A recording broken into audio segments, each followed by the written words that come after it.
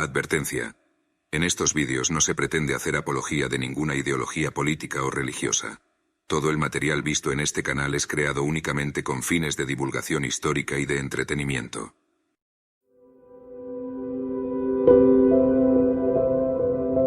Ningún movimiento nacionalista impactó tan duramente la conciencia colectiva del siglo XX como el movimiento nacional socialista alemán, un pueblo germano empobrecido tras la Primera Guerra Mundial, se levantó de nuevo como potencia mundial en medio de un éxtasis patriota de orgullo racial y de bienestar social. Después de su principal líder, la mente más importante detrás de la feroz y telúrica aventura nacional socialista llevaba el nombre de Joseph Goebbels, el ministro para la ilustración pública y la propaganda del Tercer Reich. Goebbels no era solo un cerebro frío y brillante para la propaganda, sino que también fue un orador excepcional, un ideólogo formidable, un experto de la política y un estratega magistral para la toma de decisiones y mantenimiento del poder, a toda costa del auge que vivió la Alemania nacionalsocialista. Joseph Goebbels fue un chico como cualquier otro. Nació el 29 de octubre de 1897 en el distrito alemán del Reit, Mönchengladbach. Su infancia quedaría marcada por una osteomielitis que, con solo 4 años de edad, le atrofió la pantorrilla derecha, dejándolo leve pero notablemente cojo. Esa enfermedad no solo le acomplejó de por vida, se cree que también le generó un sentimiento de inferioridad y resentimiento que lo convertiría en uno de los hombres más malvados del siglo XX. A los 20 años se graduó del bachillerato como el mejor de su promoción. Estudió lenguas clásicas, literatura, filosofía, artes e historia. Conocimientos que le hicieron extremadamente culto. La minusvalía le impidió participar como voluntario en el ejército alemán en la Primera Guerra Mundial, pero el destino le conduciría a otra guerra aún más cruenta en la que esta vez sería protagonista.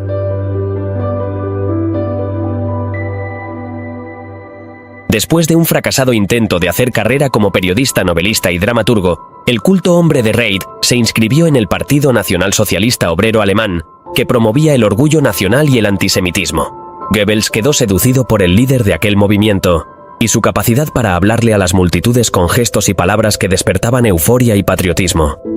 La fascinación de Goebbels por Hitler terminaría siendo recíproca. El Führer también quedó impresionado por la facilidad que tenía el nuevo miembro del partido de transmitir sus pensamientos por escrito. Parecía que estaban destinados a conocerse. Goebbels y Adolf Hitler eran tal para cual. En aquellos años, Alemania estaba arruinada económicamente, y la moral de sus ciudadanos estaba muy baja tras haber perdido la Primera Guerra Mundial. Esta derrota supuso una herida que parecía que nadie podría sanar excepto por Adolf Hitler y Joseph Goebbels, que compartían la opinión de que las palabras y las imágenes eran potentes armas que podían utilizar para explotar ese descontento a favor de sus intereses. Al jefe de propaganda del partido nazi no le demoró mucho tiempo en ascender la escalera del poder nazi. Primero dejó a Gregor Strasser, tras ser el líder del bloque del partido más anticapitalista, para unirse incondicionalmente a las filas del Hitler más conservador. Todavía siendo un joven de 29 años, Goebbels se convertiría en la cabeza del partido en Berlín, donde comenzaría a interesarse en la propaganda como medio de promoción del programa nacional socialista. Un año después comenzó a escribir en el periódico Der Angriff, un seminario de espíritu revulsivo y propagandístico que, a finales de 1940, pasaría a ser de circulación. Sorpresivamente, sus logros impresionaban cada vez más a los líderes del Partido Nacional Socialista, y aunque para 1928 fue elegido como miembro del Parlamento alemán, su gran oportunidad de demostrar a Hitler su valía y admiración llegaría 2 años después. En 1930 fue nombrado jefe de propaganda del partido, desde donde expandió, enardeció y cuestionó la ideología nazi.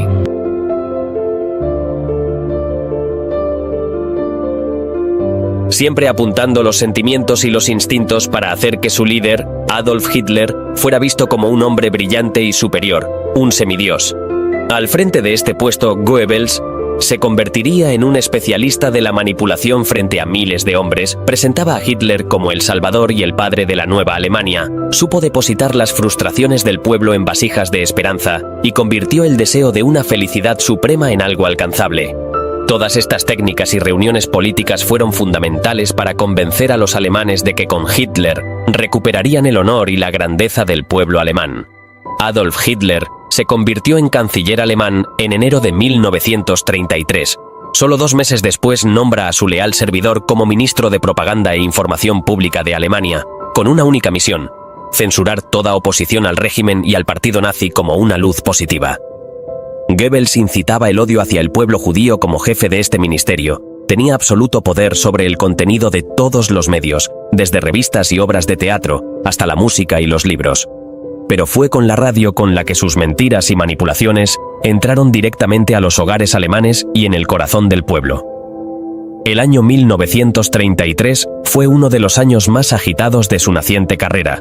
En abril, dirigió un boicot contra empresas judías y el 10 de mayo figuró como actor definitorio en la infame quema de libros no alemanes en la Ópera de Berlín. Ante tal terrible hoguera, el poeta de origen judío dijo: «Donde se queman libros se terminan quemando también personas». Y no se equivocó. Pocos años después, millones de personas judías serían calcinadas en los campos de concentración como parte de un exterminio masivo conocido como el Holocausto. Ese mismo año, el ministro de propaganda del Reich asumiría la dirección de la Cámara de Cultura y Agencia del gobierno alemán para controlar todos los aspectos de las artes creativas y con ello dejar sin empleo a docenas de artistas judíos, incluidos escritores, músicos, actores y directores de teatro y cine. Hitler había conquistado el poder, y por otro lado Goebbels, las mentes de los alemanes a través de la manipulación con el cine. La figura de aquel ministro de cínica sonrisa se diseminó por toda Alemania luego de que Hitler invadiera Polonia el 1 de septiembre de 1939, iniciando con ello la Segunda Guerra Mundial. Los hombres detrás de las líneas enemigas eran vitales para afrontar el recién comenzado conflicto bélico. Los civiles en las ciudades no lo eran menos, y Hitler no sabía cómo controlarlos. Por eso encomendó a que Goebbels elevara el espíritu del pueblo alemán para que acompañara y apoyara los esfuerzos de su Führer en la guerra. Para ello Goebbels se apoyó en los medios de comunicación, especialmente en el cine. En 1940, Alemania y toda la Europa ocupada quedó idiotizada frente a una gran pantalla blanca. Se estrenaría El Judío Eterno, un pseudo documental de propaganda antisemita que narraba la historia de los judíos según la mente de Joseph Goebbels. Lo que vieron los alemanes fue un pueblo representado como parásitos malvados, corruptos y con intención de dominar el mundo. La guerra total cada vez tenía más bajas alemanas. Fue ahí donde Goebbels se convirtió en un defensor de una batalla total a muerte contra las fuerzas aliadas, y para ello puso todo su poder de convencimiento como orador.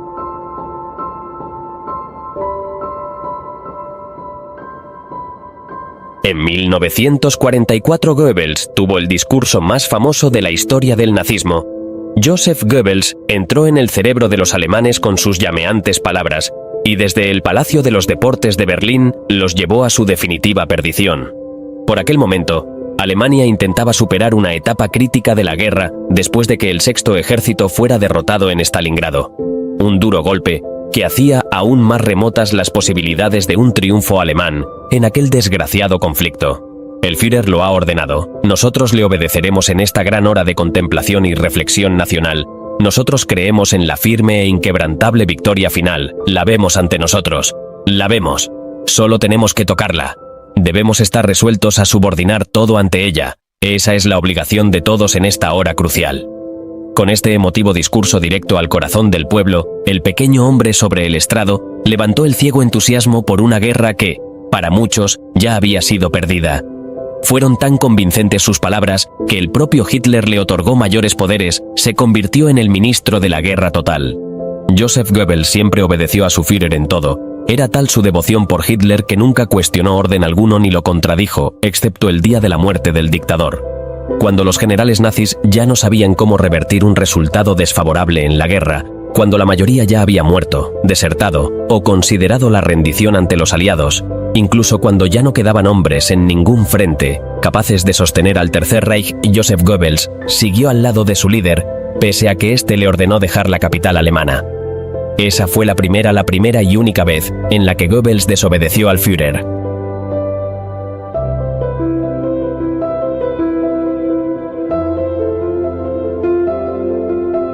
Adolf Hitler terminaría suicidándose junto a su esposa, Eva Braun, el 30 de abril de 1945. Tras la muerte del Führer, un abatido Goebbels asumió el cargo de canciller de Alemania. Al día siguiente, Joseph Goebbels realizó el que probablemente fuera su acto más abominable junto a su esposa Magda.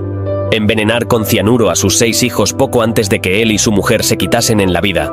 El final de Joseph Goebbels llegó sin tiempo para el arrepentimiento. El hombre que alcanzó el poder gracias a su brillante inteligencia, decidió quitarse la vida junto a su esposa cerca del búnker de su apreciado Adolf Hitler. Hasta aquí el vídeo de hoy. Recuerda suscribirte a este canal y dejar like para que sigamos trayendo contenido para todos ustedes. Hasta la próxima. Joseph Goebbels, ministro de propaganda del Tercer Reich.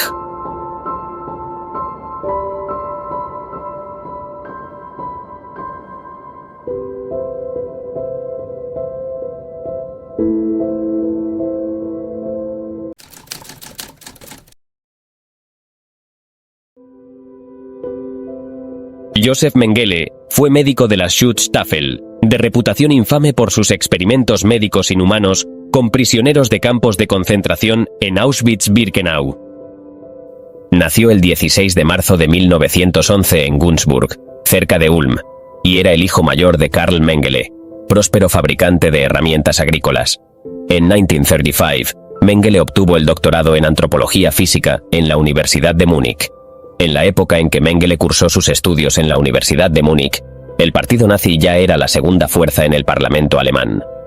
En 1937 se convirtió en asistente del genetista Ottmar von Verschuer, cuyas investigaciones con gemelos eran uno de los principales campos de interés del joven Mengele. Pronto se dio cuenta de que si quería prosperar, debía mostrar todas sus simpatías por los que posiblemente pronto serían los dueños de Alemania. Mengele plasmó en su autobiografía su pensamiento político en esa época. Los estudiantes de la universidad, los que ya tenían edad para votar, contribuyeron a este éxito, la ascensión de los nazis. Yo entonces no era lo suficientemente mayor. Mis inclinaciones políticas de entonces eran, creo que por razones de tradición familiar, nacional conservadoras. No me había afiliado a ninguna organización política, aunque, sin embargo, me sentía fuertemente atraído por el programa y por toda la organización de los nacionalsocialistas. Pero, de momento, seguía siendo una persona particular, sin organizarme. De todas maneras, a largo plazo, era imposible quedarse al margen durante esos tiempos políticamente turbulentos, o nuestra patria sucumbiría al ataque marxista y bolchevique. Este sencillo concepto político se convirtió finalmente en el factor decisivo de mi vida, concluía. En 1937, Mengele se unió al partido nazi.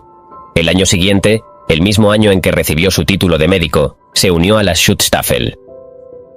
En junio de 1940, fue reclutado en el ejército, y luego se ofreció como voluntario en el servicio médico de las Waffen-SS.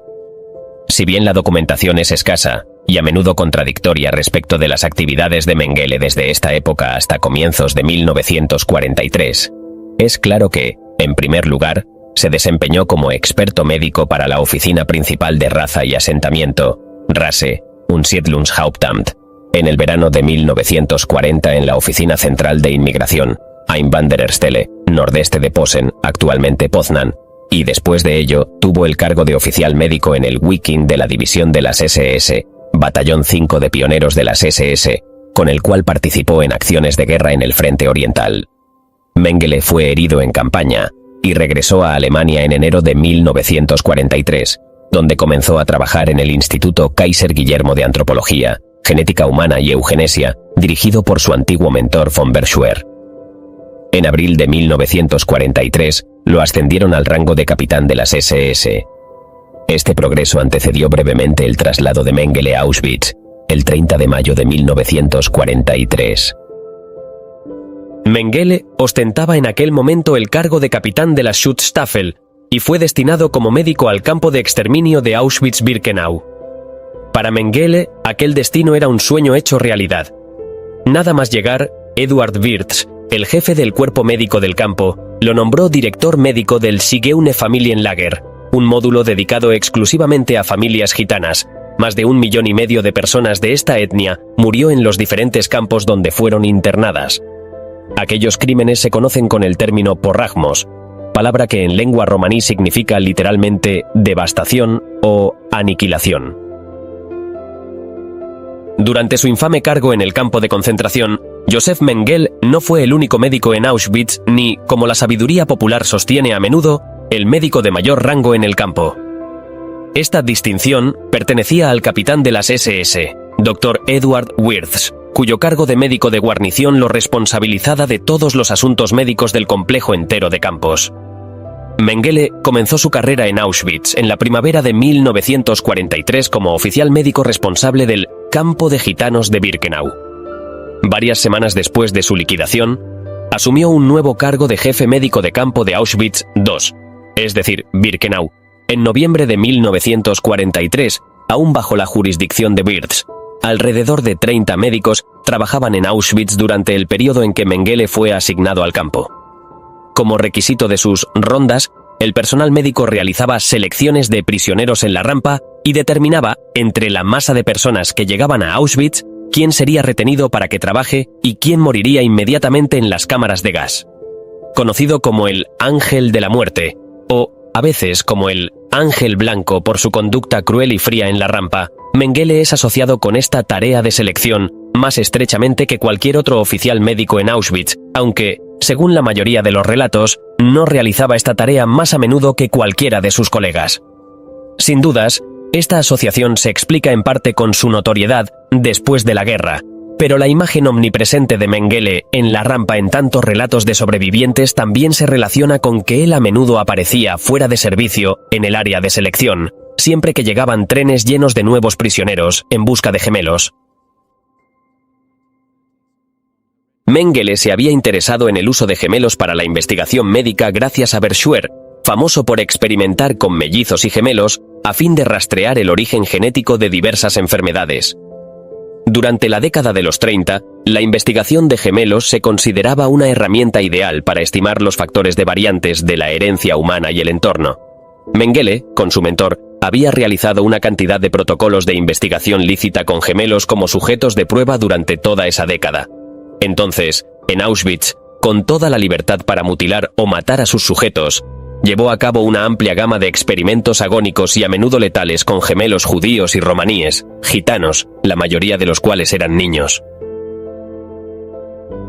Cuando Mengele llegó a Auschwitz, el lugar estaba atestado de prisioneros. Se ha calculado que unas 140.000 personas se hacinaban en aquel inmenso campo protegido con todas las medidas de seguridad y del cual resultaba prácticamente imposible escapar.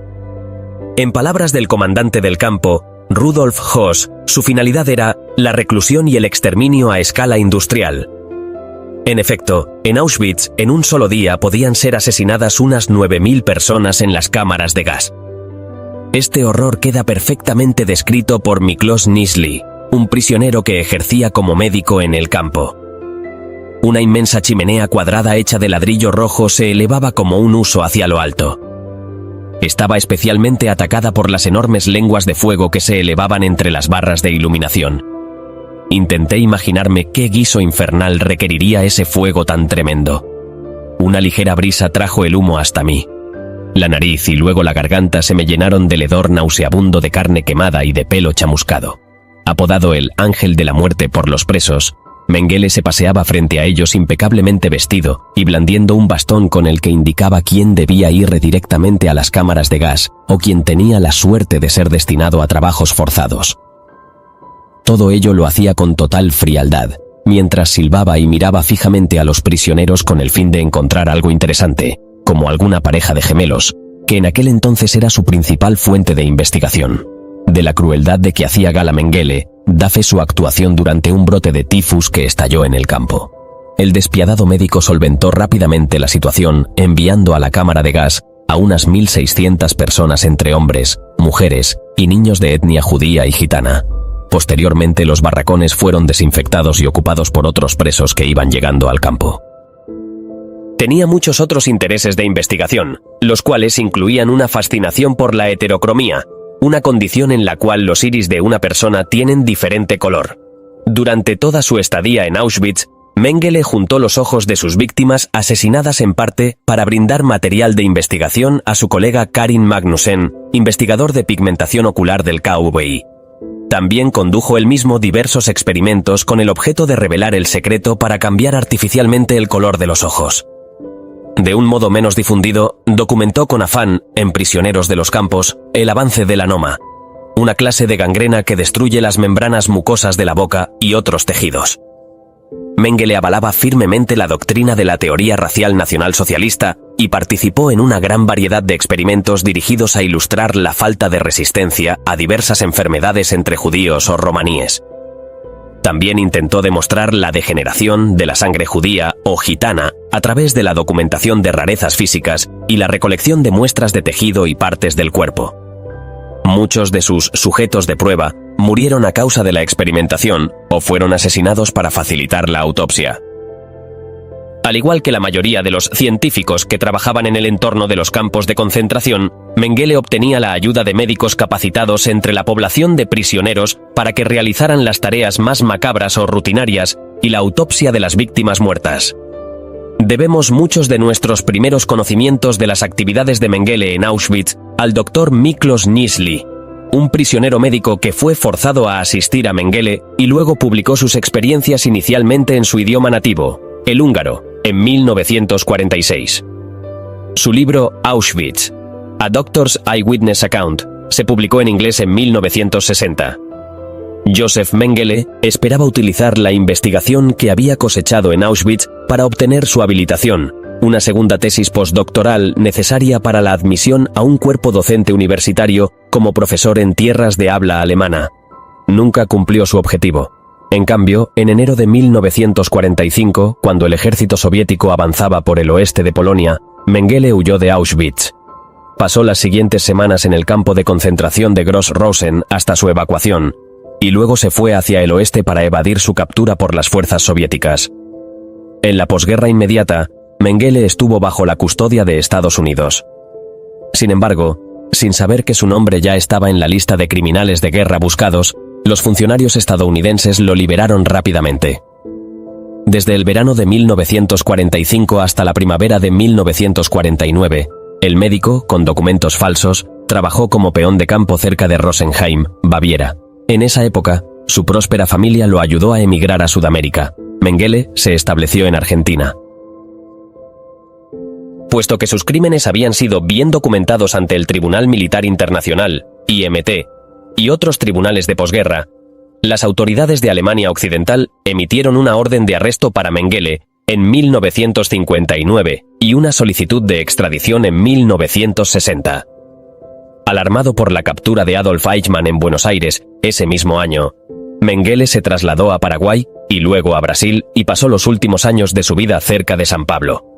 Con su salud cada vez peor, sufrió un accidente cerebrovascular mientras nadaba en un centro vacacional cerca de Bertioga, Brasil, el 7 de febrero de 1979 y se ahogó. Lo enterraron en un suburbio de San Pablo con el nombre ficticio Wolfgang Gerhard. En 1985, la policía alemana, trabajando con pruebas que había confiscado recientemente de un amigo de la familia Mengele en Günzburg, localizó su tumba y exhumó su cuerpo. Luego, expertos forenses brasileños identificaron que los restos eran de Joseph Mengele. En 1992, pruebas sobre el ADN confirmaron esta conclusión. Mengele había eludido a sus captores durante 34 años. Y hasta aquí el vídeo de hoy. Recordad suscribiros y dejar un like para que sigamos trayendo contenido para todos ustedes. Hasta la próxima.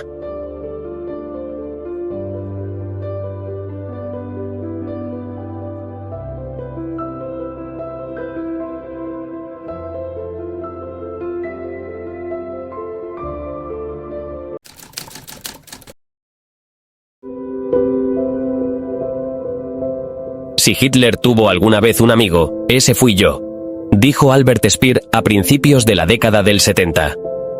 El arquitecto alemán matizaba esa afirmación, aclarando que la palabra clave en la frase era el sí.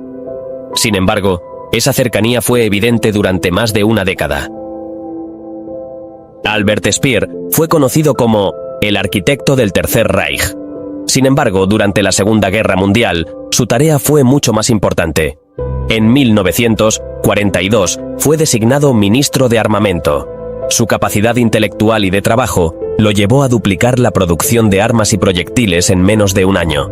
Consiguió que, a pesar de los bombardeos, las derrotas y la escasez de recursos, la producción no solo no se detuviera, sino que se incrementara mes a mes. Muchos sostienen que en virtud de su eficacia la guerra duró un año más. solo la inusual capacidad del Ministerio de Armamento mantuvo a Alemania activa pese al avance aliado en todos los frentes. Albert Speer fue el único de los poderosos paladines de Hitler que sobrevivió a la decadencia del régimen nacionalsocialista y escapó a la pena de muerte en el proceso de Nuremberg contra los principales criminales de guerra, el 1 de octubre de 1946. Al cabo de 20 años de prisión, Speer abandonó la prisión de Spandau. 3 años después se publicaron sus recuerdos, un bestseller que cayó como una bomba y suscitó gran expectación a escala internacional. Albert Speer fue un chico como cualquier otro. Nació el 19 de marzo de 1905 en Mannheim, Alemania. Pasó su infancia en la residencia familiar de la Universidad de Heidelberg. Hijo y nieto de arquitectos, descendía de una familia de la alta burguesía. En su juventud, Speer primero quiso ser matemático, pero acabó siguiendo los antecedentes familiares y estudió arquitectura. Comenzó sus estudios de arquitectura en la Universidad de Karlsruhe en 1923. Al año siguiente, con el alivio de la crisis, se trasladó a la Universidad Técnica de Múnich y en 1925 se trasladó de nuevo, en este caso a la Universidad Técnica de Berlín, donde estudió con Heinrich Tessenow, a quien Speer admiraba. Tras aprobar sus exámenes en 1927, Speer se convirtió en asistente de Tessenow, un gran honor a sus 22 años ya que así pudo impartir algunas de las clases de Tessenow mientras continuaba con sus estudios de posgrado. En Múnich y Berlín, comenzó una estrecha amistad que duraría medio siglo con Rudolf Wolters, quien también estudió con Tessenow. Después de completar sus estudios en 1931, se casó con Margarete Weber. A finales de ese año, varios de sus alumnos le convencieron para que asistiera a una reunión del partido nazi, donde quedó hipnotizado por la elocuencia de Adolf Hitler. En pocas semanas se afilió al partido. El primer cometido de Albert Speer como miembro del partido le llegó en 1933 cuando Joseph Goebbels le pidió que renovara el Ministerio de Propaganda. Goebbels quedó impresionado con su trabajo y le recomendó a Hitler, quien le encargó que ayudara a Paul Trust a renovar la Cancillería de Berlín. En este puesto, la aportación más notable de Speer fue la adición del famoso balcón. En sus memorias, Speer afirma que el Partido Nacional Socialista le ofreció una nueva misión y en una entrevista con William Hampshire dijo que se unió al partido para salvar a Alemania del comunismo. Después de la guerra, afirmó haber tenido poco interés en la política y que se había unido casi por casualidad. Al igual que muchos de los que ostentaron poder en el Tercer Reich, él no fue un ideólogo, sino un antisemita instintivo. El historiador Magnus Brechtken dijo que Speer no pronunciaba discursos antisemitas, que su antisemitismo se puede entender mejor a través de sus acciones antisemita, y que, a lo largo de su vida, sus motivaciones fueron acumular poder, gobernar y adquirir riqueza. Una arquitectura grandilocuente, imperial, wagneriana. A pedido de su jefe y alejada de sus gustos personales, pero que representa la falta de medida, la manera en que el poder y la ambición subyugaron a Albert Speer. El campo de Zeppelin, las modificaciones a la Cancillería, el diseño del Congreso de Nuremberg, la finalización del proyecto del Estadio Olímpico, los espectáculos de luz, las grandes banderas. También diseñó la Berlín del Reich de los 1000 años, que se proyectaba para 1950. Grandes edificios, nueva Cancillería, anchas avenidas. La capital de un imperio inmortal. Una tarde, Albert Speer invitó a su padre a visitarlo en su trabajo. Se había convertido en el principal arquitecto de Alemania, en el arquitecto del Tercer Reich. Lo hizo pasar a su espléndido despacho, y sin ocultar la emoción, le mostró la maqueta de la ciudad que habían diseñado, la que empezarían a construir en breve. La cara del padre se transformó. Luego de un vistazo, con el horror instalado en los ojos, le dijo: «Hijo, ustedes se han vuelto totalmente locos». Él solo pensó que su padre no entendía los nuevos tiempos, que se había quedado atascado en el pasado. Casi ninguna de sus obras permanece, ninguna perduró. Fue una destrucción casi total. Ese fue su peor castigo, su peor maldición. Se frustró el afán por la inmortalidad, por instalarse en la memoria de generaciones por los emprendimientos faraónicos, por eternizarse en sus obras. Proyectos truncos y construcciones derribadas. Nada de lo nacionalsocialista quedó en pie. Y Speer, que aspiró a integrar el panteón de grandes artistas de la humanidad, solo encontró lugar en la Galería de los Infames. En 1942 fue nombrado ministro de Armamento. Al asumir su desconocimiento en la materia era absoluto, pero en muy poco tiempo optimizó los recursos, exigió decenas de miles de trabajadores esclavos y puso a trabajar a todas las fábricas del país en la producción de armas y municiones.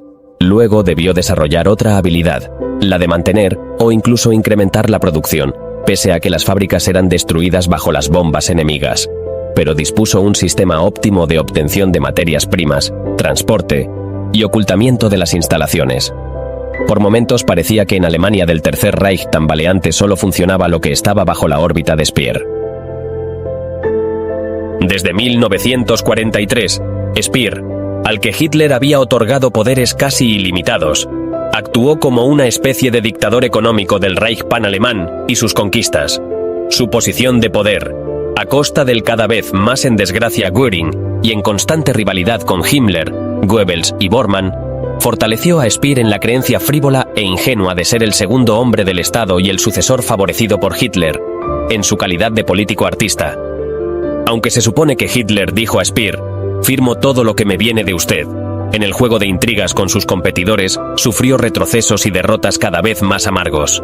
Tampoco la relación entre Hitler y Speer estuvo libre de crisis y desilusiones. Sin duda el ministro favorito se mostraba extremadamente seguro de sí mismo y jamás subalterno ante su Führer, expresaba libremente sus críticas y en una ocasión se atrevió a desechar, calificándola de disparate, la nueva cosmovisión, en presencia de su cada vez más convencido autor y ejecutor.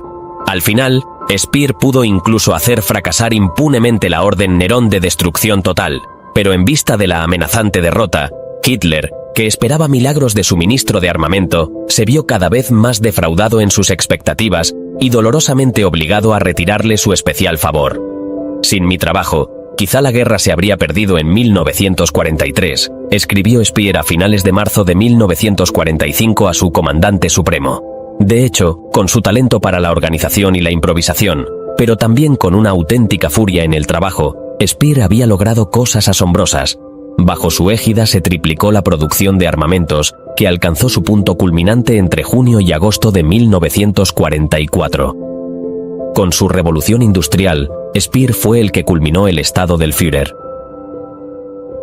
Una no deseada exageración mítica, porque tan notable como el milagro armamentístico de Albert Speer, es el poco conocido hecho de que en los años precedentes, la producción de armamento era caótica, ineficaz y en parte recesiva, lo que adelgaza notablemente el milagro.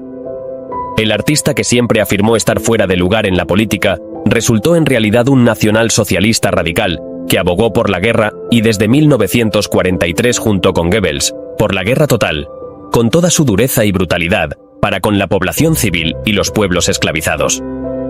Mientras en sus recuerdos, Albert Speer destaca su boicot, con riesgo de su vida, a la orden de Hitler de destruir todas las industrias e infraestructuras que pudieran caer en manos del enemigo, investigaciones más precisas muestran que promovió la resistencia hasta el fin en todos los frentes que se derrumbaban. Sin embargo, a medida que avanzaba la guerra y el holocausto se intensificaba, Speer se encontraba cada vez más cerca de los crímenes del régimen nazi. Aunque afirmó no tener conocimiento directo de los campos de exterminio, se benefició de la mano de obra esclava proporcionada por los prisioneros de guerra y los trabajadores forzados judíos. Además, a medida que la derrota alemana se volvía inevitable, Speer adoptó una política de destrucción sin sentido, ordenando la demolición de infraestructuras y recursos para obstaculizar el avance de los aliados. El punto más delicado de la biografía de Speer es su postura ante la persecución de los judíos y el holocausto. A Fest le importaba especialmente arrojar toda la luz posible sobre la complicidad y culpabilidad de Albert Speer. Ante los jueces de Nuremberg, el acusado había reconocido su corresponsabilidad general en los crímenes horrendos del régimen nacionalsocialista. Muchos años después, ya no confesaba más que oscuras intuiciones sobre algunas monstruosidades, ninguna aprobación y desde luego ninguna orden por su parte. Preguntado por Fest acerca de la Noche de Cristal, el pogrom antijudío del 9 de noviembre de 1938, Speer se mostró desvalido. Ya no comprendía al hombre que era entonces, apolítico y tecnocrático. Casi con esas mismas palabras comentaba acto seguido la eliminación de las viviendas judías de Berlín, que entraba dentro de su ámbito de responsabilidad.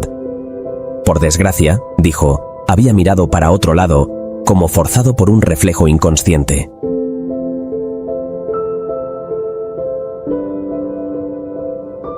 Después de la Segunda Guerra Mundial, Speer fue capturado por las fuerzas aliadas y sometido a juicio en los juicios de Nuremberg entre 1945 y 1946. En el juicio de Nuremberg, hasta la lectura de la sentencia, Speer no supo cuál sería su destino. La posibilidad de que fuera condenado a la horca era cierta. Sin embargo, el tribunal, pese a los esfuerzos de los soviéticos, lo condenó a 20 años de prisión. Su actitud durante el juicio fue muy diferente a la del resto de los acusados. Reconoció la legitimidad de sus juzgadores, que existía un derecho universal que permitía que ellos fueran juzgados, y reconoció también parte de sus culpas. Abiertamente se asumió responsable por el trabajo esclavo, que fue lo que hizo que las industrias bajo su mando funcionaran. Sin embargo, en la cuestión principal, respecto al aniquilamiento del pueblo judío, dijo que él desconocía lo que estaba sucediendo, pero que todos los que estaban ahí por sus cargos y por su cercanía con Hitler debían ser considerados responsables. Debería haberlo sabido, podía haberlo sabido, pero no lo sabía. Decía, en este mea culpa había un límite. Él solo se considera criminal por omisión. Esta asunción de responsabilidad no implicaba que Speer no tuviera deseos de vivir. No quería ser ejecutado. Su pulsión vital se conservaba intacta. Al contrario de los otros acusados, su actitud durante las audiencias no incurrió nunca en el desdén. Siempre atildado, se lo vio seguir las actuaciones con interés, atento, escuchando con concentración. Los jueces prefirieron creerle, y no ordenaron su ejecución. No le adjudicaron participación directa ni en la conspiración para iniciar la guerra ni en el genocidio. Le dieron otra oportunidad.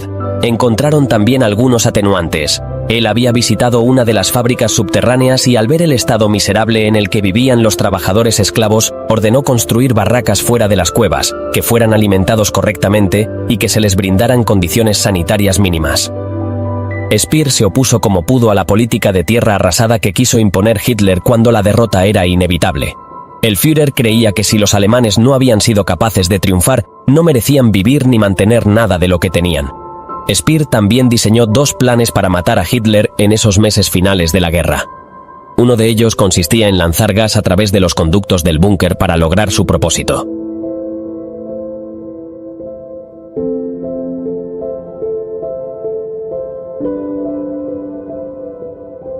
...16 de octubre de 1946... Faltaban unas pocas horas para el mediodía. 3 prisioneros son trasladados al gimnasio de Nuremberg. Un movimiento inusual. La reclusión era severa y no solían tener demasiadas actividades. Pero ese no era un día común. Apenas ingresaron les dieron un lampazo y un balde lleno de agua a cada uno. Debían limpiar el piso. La tarea, en otro momento, les hubiera resultado humillante. En ese momento hasta les pareció un respiro, una actividad que salía de su rutina rígida. Se esmeraron en hacer bien el trabajo, aunque era innecesario. Varios soldados habían desarmado las estructuras de madera y habían limpiado a fondo el lugar un par de horas antes. No les molestaba la misión, al menos estaban vivos. Baldur von Schirach, Rudolf Hess y Albert Speer recorrieron el piso en varias oportunidades. En un momento se concentraron en una pequeña superficie. Los 3, hasta Rudolf Hess, que hasta ese momento era el que menos empeño ponía, fregaron frenéticamente. Pero sus esfuerzos fueron en vano. La gran mancha oscura no salía. En ese exacto lugar había estado la horca en la que algunas horas antes habían sido ejecutados otros líderes nazis en cumplimiento de las condenas del juicio de Nuremberg. Albert Speer, muchos años después, contó que el trauma de esa mañana no lo había podido superar nunca. Durante los 20 años que pasó en la cárcel de Spandau, se dedicó a estudiar, a escribir, a leer más de 5.000 libros, a aprender francés e inglés y a cuidar del jardín hasta convertirse en un experto jardinero. En esos años también produjo un cambio interno y la visión de sus años pasados se fue modificando. El dolor comenzó a tener lugar en su conciencia.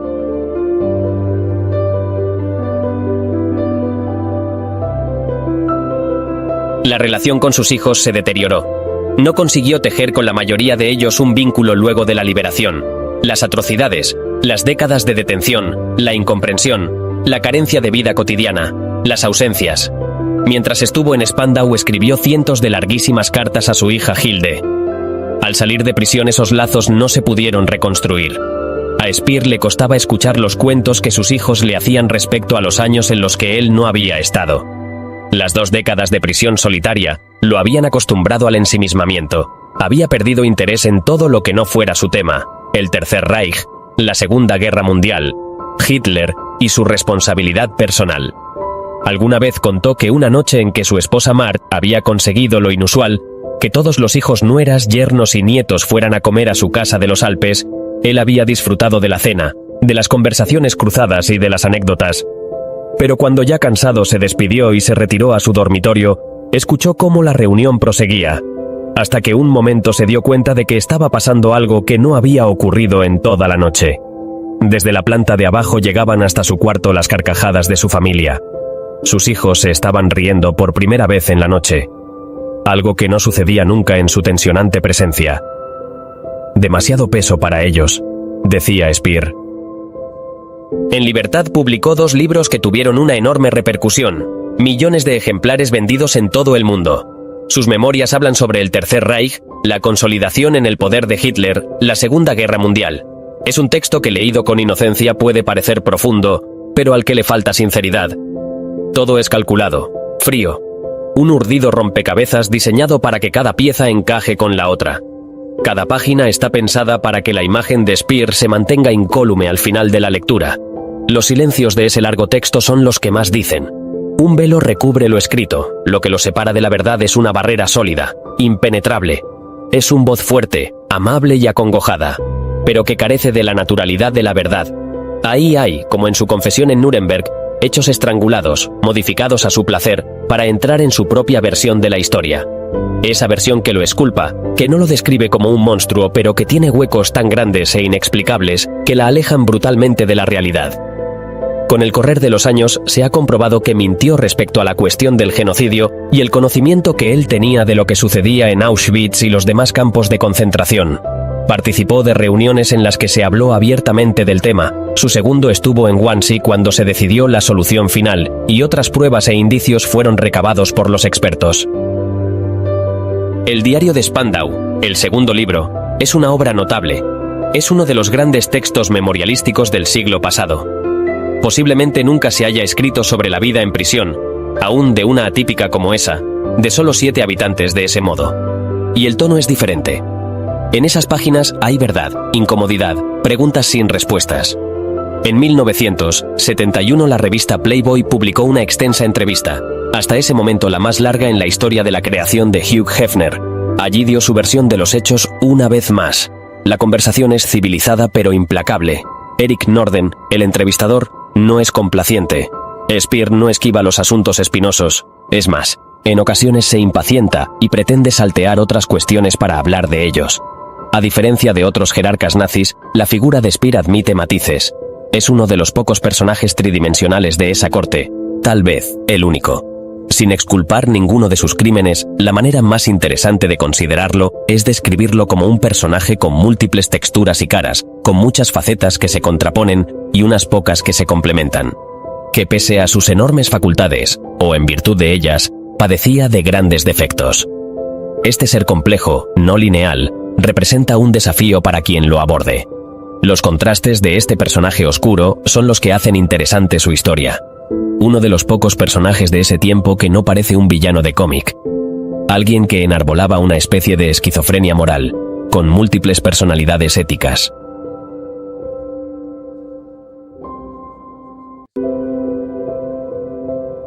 El dolor y el remordimiento ya no lo abandonaron. Una carga que consideraba que debía afrontar. Tratar de explicar lo inexplicable, lo inefable. No buscaba la redención. Creía que había perdido el derecho a ella.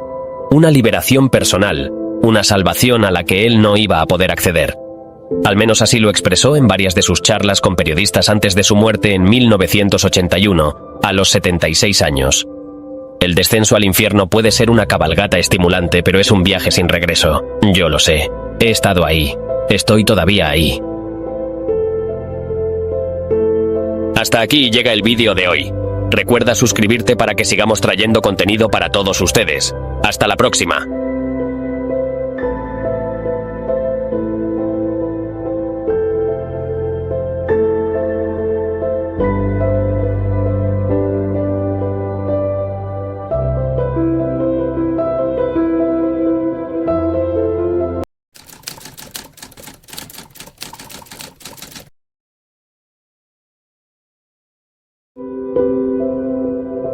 El general Erich von Manstein fue uno de los más brillantes militares de la Wehrmacht durante la Segunda Guerra Mundial. Autor de la conquista de Francia en 1940 y de muchas otras victorias durante la Operación Barbarroja y en el frente oriental de la Unión Soviética, se convertiría en uno de los máximos maestros del arte de la guerra de todo el siglo XX. Erich von Manstein nació el 24 de noviembre de 1887 en Berlín, por aquel entonces en la Alemania del Segundo Reich. Su padre fue el general de artillería Eduard von Lewinsky y su madre Helene von Sperling, ambos de la casa Borchwich, que mezclaba ancestros originarios de Polonia, Prusia y Rusia. Una vez muertos sus progenitores a temprana edad, Manstein sería adoptado por su tío, el general Georg von Manstein, de quien tomaría orgulloso su apellido porque por su linaje habían pasado hasta 12 generales diferentes, entre ellos Albrecht Gustav von Manstein y Paul von Hindenburg, futuro vencedor de la batalla de Tannenberg en 1914 y presidente de Alemania de 1925 a 1934.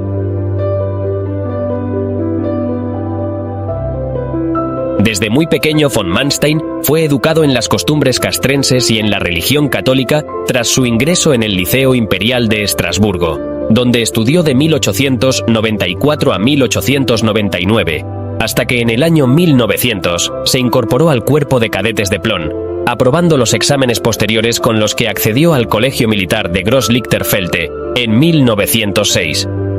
Sería precisamente en este centro, en cuyas instalaciones demostraría grandes dotes militares, sacando unas notas excelentes, lo que le favoreció ser ascendido a teniente en 1907 dentro del Tercer Regimiento de la Guardia Imperial Prusiana. Al estallar la Primera Guerra Mundial en agosto de 1914, von Manstein participó en la invasión de Bélgica como parte del Segundo Regimiento de Reserva de Guardias Imperiales, distinguiéndose especialmente en la conquista de Namur. Al cabo de un mes, en septiembre, fue trasladado al frente oriental junto al ejército de su tío, el general Paul von Hindenburg, donde entre finales de 1914 e inicios de 1915 combatió en la batalla de los lagos Masurianos, avanzó sobre la Alta Silesia, irrumpió en Polonia y entró triunfalmente en la capital de Varsovia, siendo ascendido por sus acciones durante este periodo al rango de capitán. Al año siguiente, en 1916, von Manstein estuvo presente en la batalla del Somme en Francia y en 1917 en la batalla de Riga sobre Estonia. Antes de que en 1918 fuese miembro del Estado Mayor de la División de Infantería que luchó en la batalla de Reims, hasta que se produjo la derrota de Alemania. Terminada la Gran Guerra en 1918, von Manstein fue enviado a la Fuerza Defensiva Fronteriza de Breslau y posteriormente elegido como uno de los 4.000 oficiales autorizados por las cláusulas del Tratado de Versalles para constituir el ejército de la República de Weimar, Reichswehr. Al mismo tiempo en que todo esto sucedía, el capitán aprovechó sus grandes ratos de tiempo libre para formar una familia y casarse con una mujer llamada Jutta Sibylle von Loesch, a quien curiosamente pidió matrimonio 3 días después de conocerse y con la que tendría 3 hijos, Gisela, Gero y Rüdiger. Cuando Adolf Hitler alcanzó el poder en 1933, von Manstein apoyó la decisión de su tío Paul von Hindenburg, por aquel entonces presidente de la República de Weimar, de ceder la Cancillería al Führer. Sin embargo, a su muerte por enfermedad en 1934 y el acceso inmediato a la presidencia por parte de Hitler que llevó al poder al Partido Nacionalista de los Trabajadores Alemanes, von Manstein criticó a dicho movimiento por considerarlo excesivamente revolucionario y agresivo de cara al exterior.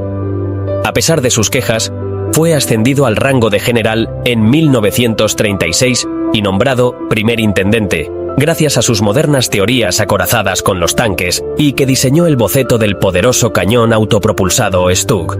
Sin embargo, cuando von Manstein denunció abiertamente la anexión del Tercer Reich a Checoslovaquia en 1938, el alto mando alemán decidió enviarlo a un destino más discreto, concretamente a la 18ª División de Infantería destacada en Liegnitz. Aquel exilio forzoso, tal y como lo consideró irónicamente von Manstein, pronto finalizó porque al año siguiente, en 1939, el general fue nuevamente llamado a filas para formar parte del Estado Mayor del Grupo de Ejércitos Sur, estacionado en Silesia que debía comenzar la invasión de Polonia. Al iniciarse la campaña de Polonia y por tanto el comienzo de la Segunda Guerra Mundial el 1 de septiembre de 1939, von Manstein dirigió al grupo de ejércitos sur cruzando la frontera de Silesia con Pomerania. Sobre dicho sector descubrió el potencial de la guerra relámpago o Blitzkrieg, consistente en la ruptura del frente mediante la arremetida de columnas de tanques actuado de forma independiente de la infantería, al mismo tiempo en que se aprovechaba la velocidad y el eficaz apoyo de la artillería y la aviación. Gracias a aquella doctrina elaborada por su amigo el general Heinz Guderian, los blindados Panzer de von Manstein arrollaron al ejército polaco en Pomerania, cruzaron el río Vístula y destruyeron a varias divisiones enemigas entre Lodz y Cracovia antes de concluir la operación con la conquista total de Polonia.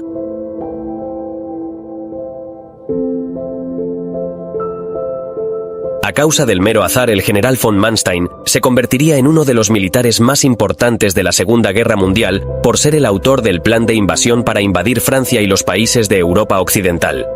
Todo ocurrió a principios de 1940, cuando después de haber estado realizando tareas de entrenamiento para el cuerpo en Pomerania, fue invitado a una comida en la Cancillería de Berlín, en la que iba a estar presente el mismo Hitler.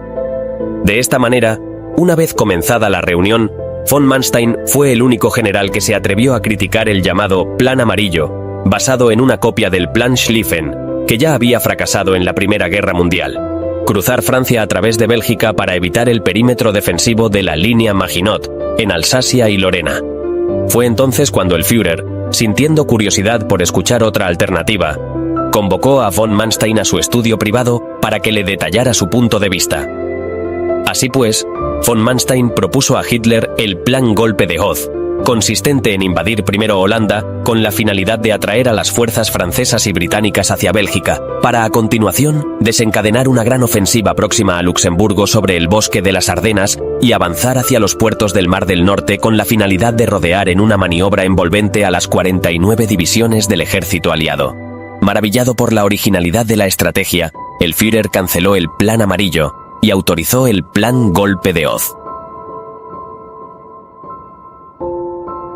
El 10 de mayo de 1940, el ejército alemán comenzó la invasión de Holanda, Bélgica y Luxemburgo, siguiendo las líneas maestras de von Manstein. Sorprendentemente y tal como se había previsto, los aliados picaron el anzuelo porque el ejército francés y el cuerpo expedicionario británico enviaron sus fuerzas hacia Bélgica para ayudar a un ejército holandés que de antemano estaba condenado, porque repentinamente los Países Bajos capitularon el 14 de mayo. De este modo, una vez, los contingentes anglo-franceses se desplegaron en el corazón de Bélgica. Las columnas de tanques Panzer rompieron el frente por el Sedán y las Ardenas, cruzaron la frontera gala por el río Mosa y tras realizar una maniobra envolvente en Abbeville, propiciaron la rendición del ejército belga y dejaron embolsados en Flandes a 500.000 de hombres, el equivalente a 70 divisiones que fueron destruidas, salvo por los 300.000 soldados evacuados desde el puerto de Dunkerque hacia el Reino Unido. Cosechada esta victoria, a continuación von Manstein volvió sus fuerzas acorazadas hacia el suroeste, convergiendo sobre París y las costas del Océano Atlántico hasta los Pirineos. Gracias a esta maniobra, el general von Manstein fue ascendido a mariscal de campo, antes de que los aliados se rindieran con más de 2,5 millones de bajas y toda Europa occidental quedara bajo el control del Tercer Reich.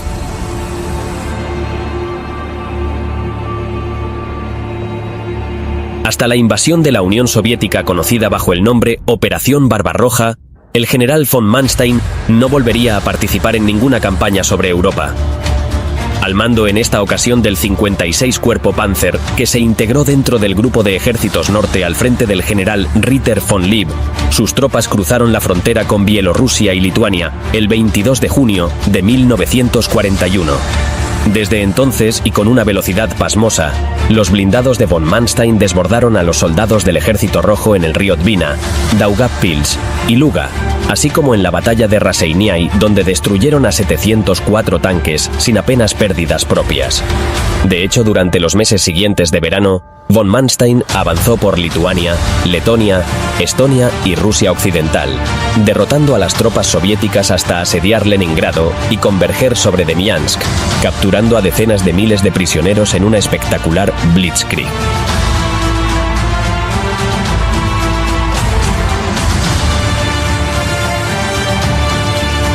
Crimea fue el siguiente destino de von Manstein en el otoño de 1941 tras tomar el mando del 11º Ejército Alemán, una fuerza dependiente del Grupo de Ejército Sur que cooperaba con el Tercer Ejército Rumano, después de que Rumanía también hubiese entrado en la contienda al lado de Alemania. Durante esta fase de la campaña, el objetivo de von Manstein consistió en conquistar la península de Crimea, atravesando la fosa tártara y el istmo de Perekop hacia Yalta y Feodosia, aunque rechazando los continuos y molestos desembarcos soviéticos que desde el Mar Negro acosaban la retaguardia y la península de Kerch. Así fue como aquel territorio se convirtió en la peor pesadilla de von Manstein, porque después de casi 8 meses de asedio al puerto de Sebastopol, sus tropas apenas avanzaron por culpa de los poderosos fortines de hormigón que defendían los soldados del Ejército Rojo. Incapaz de salir de aquella posición estática, von Manstein tuvo la ingeniosa idea de recurrir a la artillería pesada por ferrocarril, empleando a los trenes artillados Leopold, Bertha y Dora, e incluso el gigantesco mortero Thor de 600 milímetros que redujeron a escombros una por una las distintas fortalezas y búnkers del enemigo. De este modo, una vez disueltas las defensas soviéticas por los cañones de gran calibre y la aviación, von Manstein dirigió a los soldados alemanes y rumanos hacia los muelles hasta conquistar definitivamente Sebastopol el 1 de julio de 1942, después de haber causado a los soviéticos unas 350.000 bajas.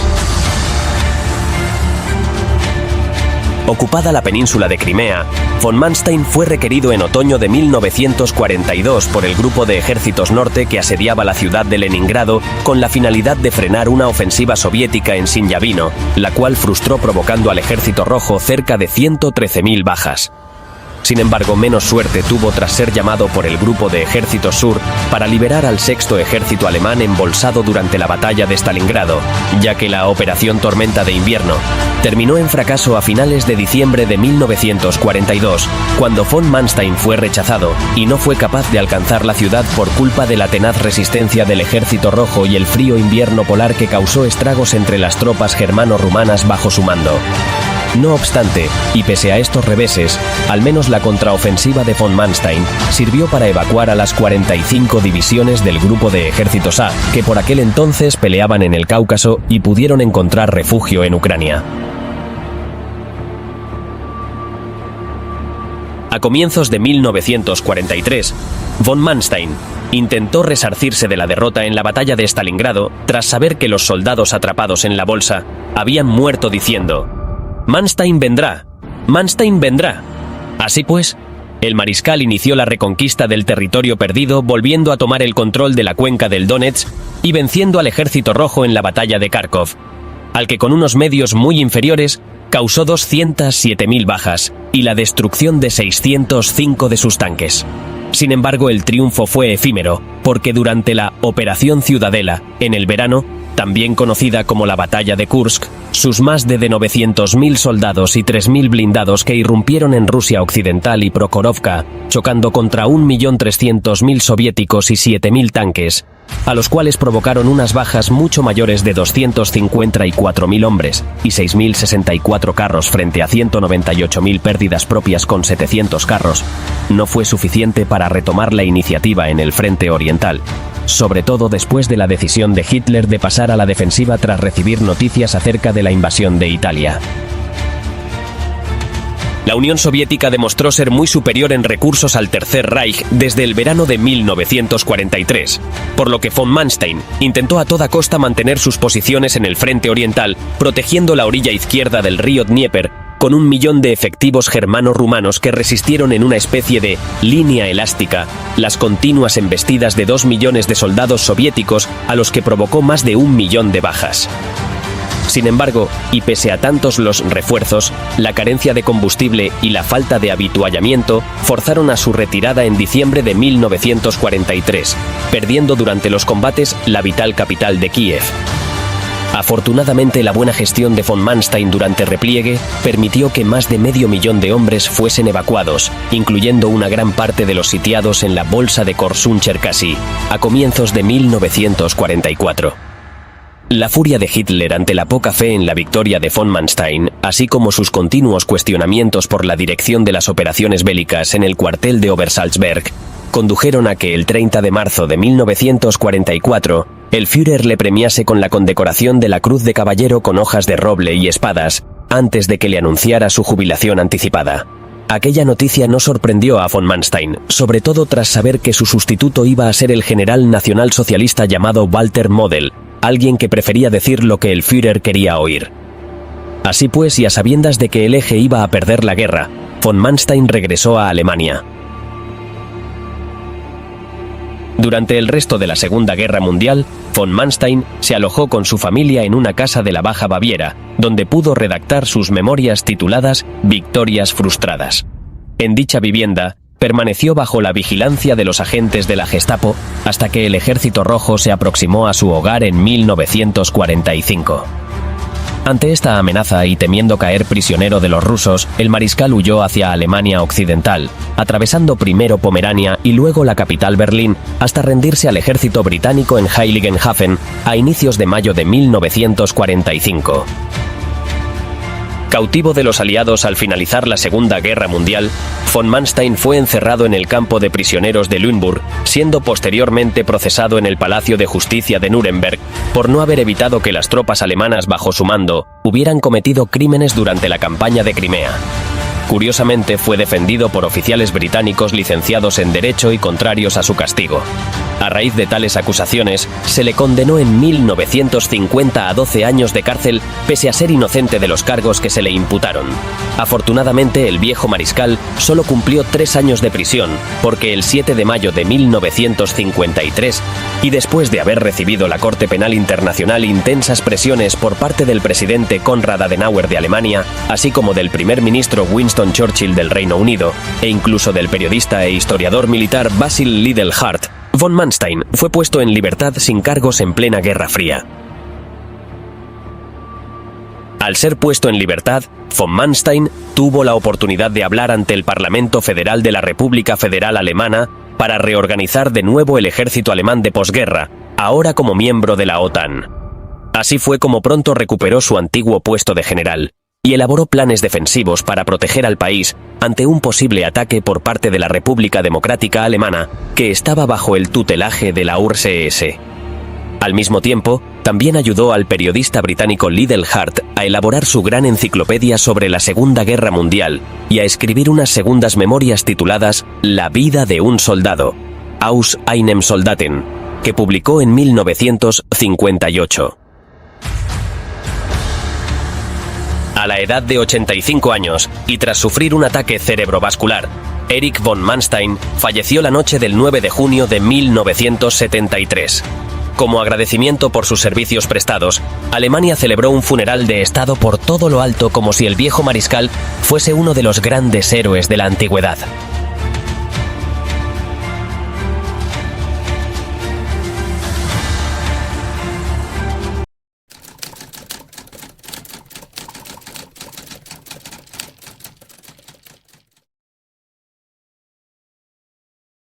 Hay individuos valerosos en este mundo cuyas habilidades de liderazgo e ingenio generan admiración incluso entre sus más implacables adversarios. Incluso en medio de conflictos de gran envergadura como las 2 guerras mundiales, el general Erwin Rommel es un gran ejemplo de ello. Aunque Rommel no se destacó como el estudiante más brillante de su generación, logró superar numerosos obstáculos para convertirse en uno de los militares más destacados del ejército alemán, ganándose la admiración de Hitler. Este último lo ascendió a puestos de confianza bajo su mando. Sin embargo, de la misma manera en que alcanzó la cima de su carrera, esta se vio interrumpida debido a la envidia, la mezquindad y la paranoia de otros individuos. Esto lo llevó a tomar una decisión difícil y trascendental para proteger a su familia. Erwin Rommel nació el 15 de noviembre de 1891 en la ciudad de Haydn, al sur de Alemania. Sus padres fueron Helen von Lutz y el exteniente de artillería Erwin Rommel Sr. Durante su juventud, Erwin Rommel mostró interés en matemáticas y soñaba con convertirse en ingeniero. Sin embargo, sus calificaciones deficientes lo llevaron a reconsiderar sus sueños y seguir el consejo de su padre, quien le recomendó que se enlistara en el ejército alemán como artillero o ingeniero militar. Lamentablemente, no encontró plazas disponibles para estas carreras, ya que eran muy solicitadas en esa época. Tras recibir varios rechazos, su suerte finalmente cambió en el año 1910, cuando recibió una carta de aceptación como alférez de infantería en la Escuela de Oficiales de Cadetes de la ciudad de Danzig. En noviembre del año siguiente, fue ascendido a teniente y asignado al Cuerpo de Infantería número 124, dando inicio así a su carrera militar. Durante su tiempo en la Academia Militar, conoció a su futura esposa, Lucy Maria Modin, de 17 años, en un baile en 1911. Mientras mantenía una relación sentimental con ella, tuvo una aventura con Walburga Stemmer en 1912, una joven vendedora de frutas respetable con la que concibió a su primogénita. Aunque Erwin sentía un profundo amor por Walburga y tenía planes de casarse con ella, su madre Helen se opuso debido a que consideraba que no era una mujer adecuada para un oficial. Esta crítica llevó a Erwin a abandonar a Walburga y casarse con Lucy en noviembre de 1916, durante uno de los breves descansos que tuvo de la Primera Guerra Mundial. A pesar de la separación, Rommel no dejó desamparadas a Walburga y Gertrude, sino que les proporcionó apoyo económico y mantuvo un contacto regular con su hija, a quien amaba tanto que la nombró como la principal beneficiaria de su seguro de vida en caso de que muriera en la guerra. En cuanto a Lucy, Erwin nunca ocultó la existencia de su hija y su relación anterior, dejándole claro que había finalizado con Walburga antes de que comenzara su relación con ella.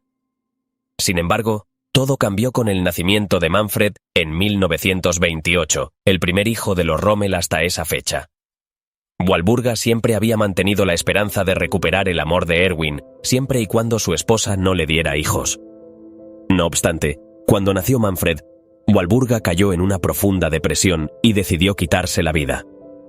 Tras la muerte de su madre, los Rommel se hicieron cargo de la crianza de Gertrude hasta que ésta alcanzó la mayoría de edad. Gertrude vivió de manera intermitente junto a su madrastra y hermano mientras esperaba el regreso de su padre. En cuanto a Manfred, su relación con su padre fue más complicada y se convirtió en un joven de la Luftwaffe, donde prestó servicios como artillero antiaéreo a pesar de tener apenas 14 años. Sin embargo, después de intentar unirse a las SS para aumentar el prestigio familiar, se vio obligado a renunciar luego de una intensa discusión con su padre, quien comenzaba a mostrar desilusión hacia los ideales nazis. No deseaba que su hijo se uniera a una organización con una reputación tan negativa. Erwin Rommel fue conocido por su táctica de combate característica durante la Primera Guerra Mundial, denominada ataques relámpago. Consistía en una serie de ataques sorpresa contra enemigos numéricamente superiores, para los cuales los adversarios a menudo no estaban preparados. Fue la primera vez que puso en práctica esta táctica.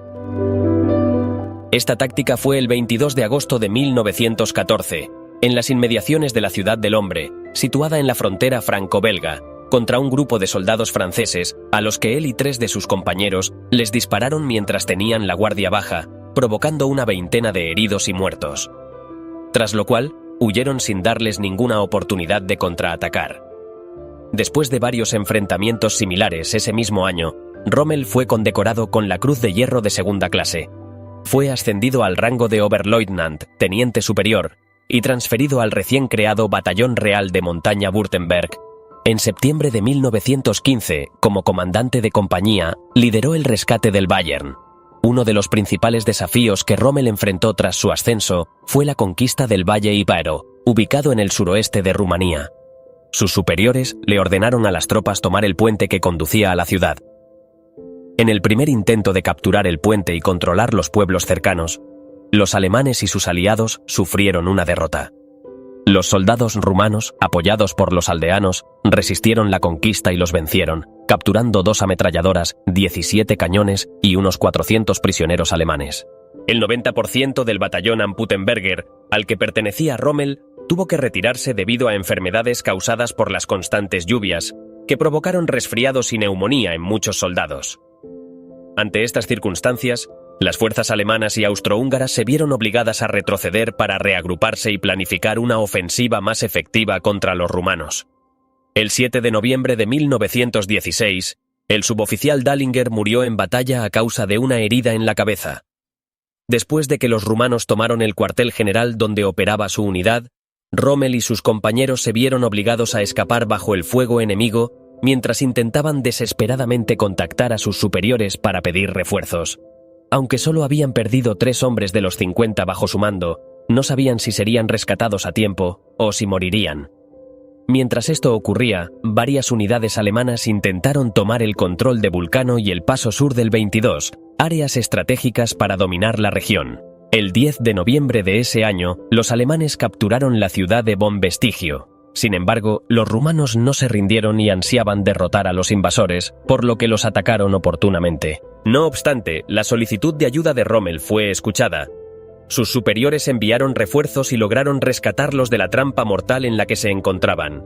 Finalmente, el 17 de noviembre, los rumanos retiraron sus fuerzas de la región para luchar en otro frente de batalla, ya que los alemanes no pudieron retener el territorio durante mucho tiempo, y ambos bandos sufrieron grandes pérdidas. No está claro quién salió victorioso en esta contienda, conocida como la Batalla de Caporetto. Aunque Alemania e Italia fueron aliados en la Segunda Guerra Mundial, Italia se alió con Inglaterra, Francia, Rusia y Estados Unidos en la Primera Guerra Mundial. El Imperio alemán se encontraba prácticamente aislado en su alianza con el Imperio austrohúngaro, lo que resultó en una serie de enfrentamientos con altas cifras de bajas en ambos países. La Batalla de Caporetto tuvo lugar en la frontera austroitaliana cerca de Eslovenia, desde el 24 de octubre hasta el 9 de noviembre de 1917. Comenzó con el despliegue de tropas austrohúngaras respaldadas por refuerzos alemanes hacia Italia. Los invasores utilizaron la táctica de la fuerza de choque, llevando a cabo un ataque frontal con pesada artillería desde una posición elevada, en este caso, los Alpes. Posteriormente, desplegaron tropas armadas con fusiles, granadas y lanzamisiles para atacar a las tropas italianas sin darles oportunidad de reorganizarse. Siguiendo las instrucciones de sus superiores, Rommel lideró a su compañía en un sorpresivo ataque que capturó el Monte Matador desde los flancos y la retaguardia, mientras miles de tropas italianas intentaban contener a los invasores en el frente. 2 semanas más tarde, Rommel coordinó otro ataque con una fuerza reducida que tomó por sorpresa a las tropas italianas en Longarón, haciéndoles creer que estaban siendo atacadas por una división enemiga. Estos ataques resultaron en alrededor de 40.000 muertos y heridos, además de casi 400.000 prisioneros entre las tropas italianas. Por su parte, la alianza entre las fuerzas alemanas y austrohúngaras logró capturar las ciudades italianas de Sivida-le-Jourdain y tomar cerca de 3.000 cañones, 1.700 morteros, 300.000 fusiles y aproximadamente 275.000 prisioneros italianos, de los cuales Rommel personalmente capturó a 9.000. Gracias a esta victoria, Rommel fue condecorado con la prestigiosa Cruz de Caballero, el más alto reconocimiento al valor en el ejército alemán. Sin embargo, esta victoria tuvo un alto costo. Las fuerzas combinadas alemanas y austrohúngaras sufrieron alrededor de 70.000 bajas, muchas de las cuales fueron causadas por los incendios provocados durante la contienda. La toma de Lindau fue otro acontecimiento destacado en la historia de Rommel. Tras la derrota y la declaración del fin de la Primera Guerra Mundial por parte del Kaiser Guillermo II el 11 de noviembre de 1918, el Tratado de Versalles obligó a Alemania a reducir sus fuerzas militares a un máximo de 100.000 soldados. Gracias a su destacado desempeño en el campo de batalla, Rommel logró obtener una de las plazas restantes de oficiales en el ejército, ascendiendo al rango de capitán. Fue asignado al 13º Regimiento de Infantería con sede en Stuttgart. Durante este periodo, Rommel participó en una misión destacada, la liberación de Lindau. Después de la guerra, surgieron grupos revolucionarios que se oponían al gobierno de transición y buscaban un cambio.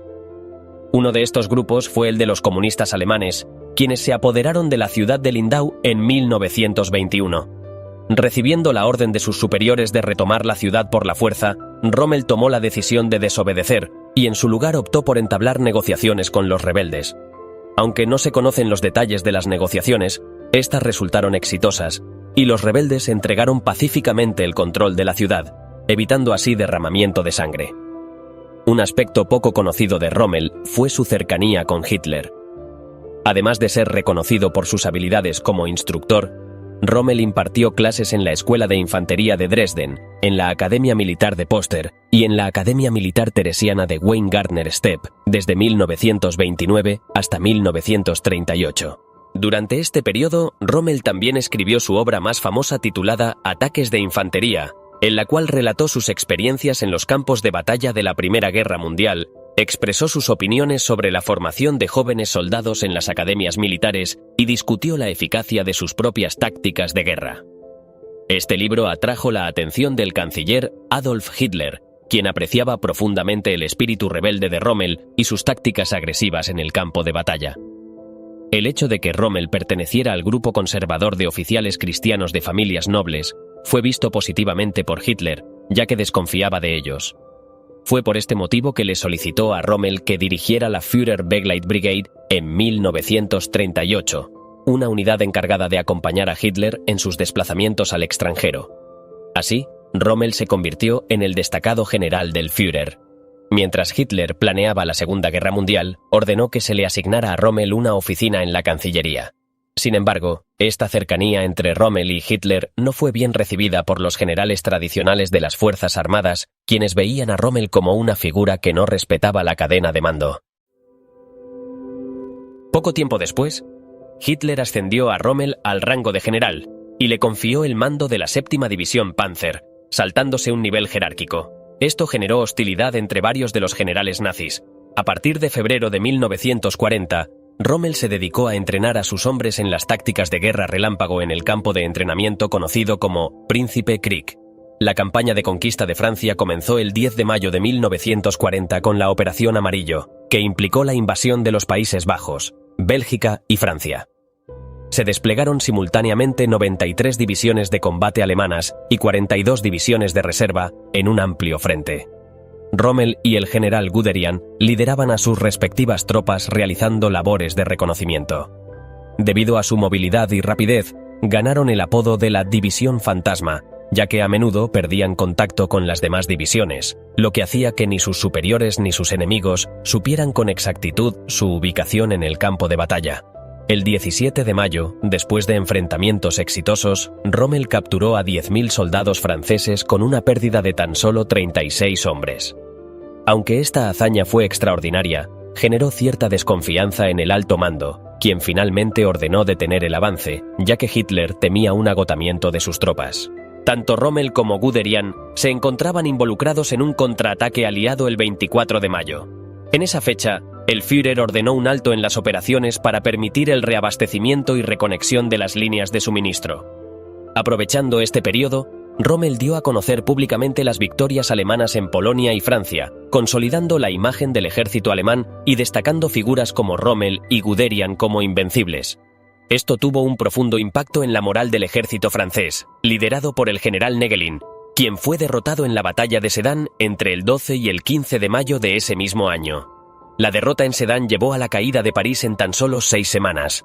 El 6 de febrero de 1941, Hitler designó a Rommel como comandante del Afrika Korps y le asignó el liderazgo de 2 divisiones Panzer recién formadas para brindar apoyo a las tropas fascistas en el norte de África, que enfrentaban numerosas dificultades. No obstante, cuando Rommel llegó a Trípoli, la capital de Libia, su atención se centró en apoyar a las tropas italianas, que se encontraban profundamente desmoralizadas tras varios ataques fallidos. Después de 2 meses de intensos enfrentamientos, Rommel logró empujar al resto de las fuerzas aliadas hasta la frontera egipcia, mientras intentaba capturar la ciudad de Tobruk, cuyos habitantes rechazaban tomar partido en el conflicto. Sin embargo, no tuvo éxito en la conquista de Tobruk. Hitler ordenó a Rommel dirigirse a Egipto para tomar el control del Canal de Suez, que era la principal ruta de suministro entre las colonias africanas y Gran Bretaña. Aunque la idea parecía prometedora en teoría, su implementación resultó más complicada. A pesar de las derrotas sufridas por las fuerzas británicas y australianas, las tropas de Rommel comenzaron a experimentar escasez de suministros, y Trípoli se encontraba demasiado lejos para abastecerse adecuadamente. El general Bernard Montgomery aprovechó esta situación al desobedecer las órdenes de Churchill de atacar, y en cambio, dedicó más tiempo a preparar a sus soldados para una defensa más sólida contra las tropas de Rommel, a quien los británicos apodaron el Zorro del Desierto. Los resultados de este entrenamiento se hicieron evidentes tras una serie de victorias. No obstante, las fuerzas de Rommel fueron finalmente derrotadas en la segunda batalla de El Alamein el 2 de noviembre de 1942, sufriendo alrededor de 30.000 prisioneros, 16.000 heridos y 3.000 muertos en las filas alemanas. A pesar de ello, una tormenta del desierto impidió que Montgomery capturara a todas las fuerzas de Rommel, quien aprovechó la oportunidad para escapar con los restos del Afrika Korps, desobedeciendo las órdenes de Hitler de luchar hasta la muerte. 2 años más tarde, Rommel regresó a Alemania y posteriormente se trasladó a Normandía, donde estableció uno de los campos de minas más extensos de la historia. Sin embargo, Rommel decidió tomarse un descanso en Berlín para celebrar el cumpleaños de su hija, sin sospechar que su ausencia en el campo de batalla allanaría el camino para el desembarco británico en las costas de Normandía.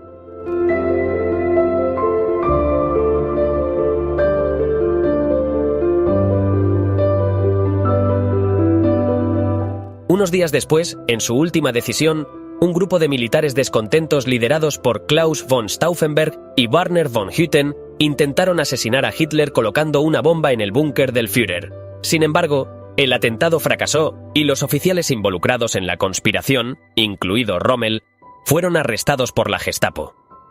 Después de ser sometidos a torturas, uno de los prisioneros confesó haber contactado con Rommel varios días antes del atentado, en un intento de reclutarlo para su causa contra Hitler.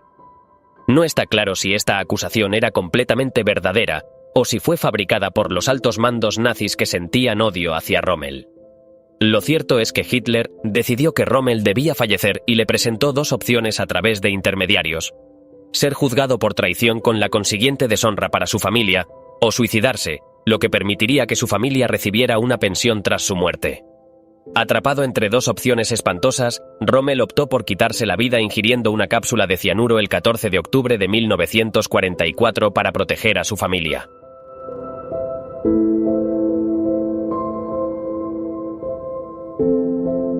Si hay algo que podemos aprender de la historia de Rommel, es que no todos los hombres que luchan por los malvados carecen de honor o decencia. En ocasiones, existen hombres con principios que son engañados por líderes corruptos que prometen un mundo mejor a aquellos que han sufrido grandes pérdidas en sus vidas.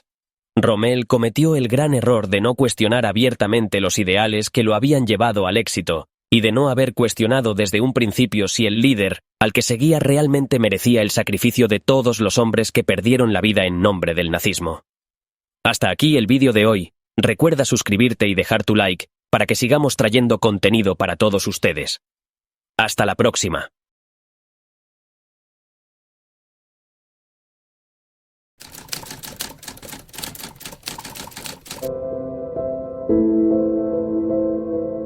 Mientras aún era jefe de la Reichssicherheitshauptamt, Heydrich se desempeñó como protector del Reich en funciones del Protectorado de Bohemia y Moravia, de 1941 a 1942.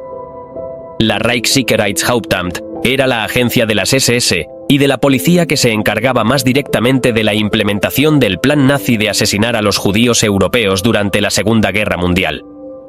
Con una profunda motivación para servir a la causa nazi, Heydrich vivía atormentado por inseguridades personales que compensaban su gran ambición y algunas de sus imprudentes aventuras amorosas.